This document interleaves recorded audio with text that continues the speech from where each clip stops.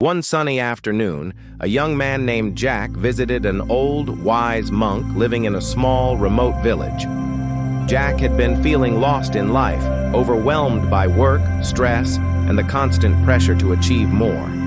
He sat down in front of the monk and said, "I feel like I can never keep up. There's always something more to do, more to achieve. I'm exhausted. Can you help me understand how to manage it all?"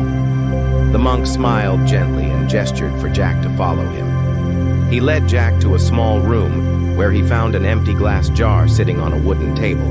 The monk then went to a corner and brought in a pile of large rocks. "Watch closely," the monk said, placing the rocks into the jar one by one until the jar was full. "Is the jar full?" he asked. Jack nodded. "Yes, it's full." The monk then picked up a bucket of pebbles and slowly poured them into the jar, shaking it gently to allow the pebbles to fill in the gaps between the large rocks. Once the pebbles had settled, the monk asked, "Now, is the jar full?" Jack hesitated for a moment and then said, "Yes, now it's full." Next, the monk picked up a container of sand and began to pour it into the jar, letting the sand flow in between the pebbles and rocks. After a moment, the monk asked again, "Is the jar full now?" Jack laughed. "No, now it's not full. There's still room." Finally, the monk took a pitcher of water and poured it into the jar, filling the remaining space.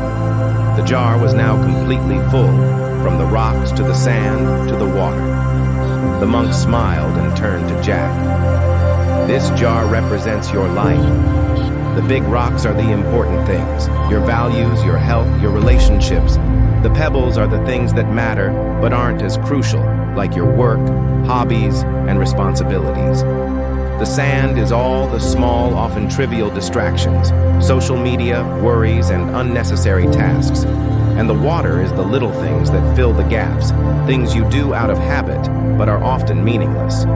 Jack thought for a moment and then asked, "So, what's the lesson here?"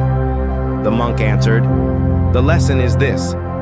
If you fill your life with sand first, there will be no room for the important things, the rocks. But if you put the rocks in first, then the pebbles, then the sand, everything will fit. Prioritize what truly matters. Focus on your relationships, your health, your purpose.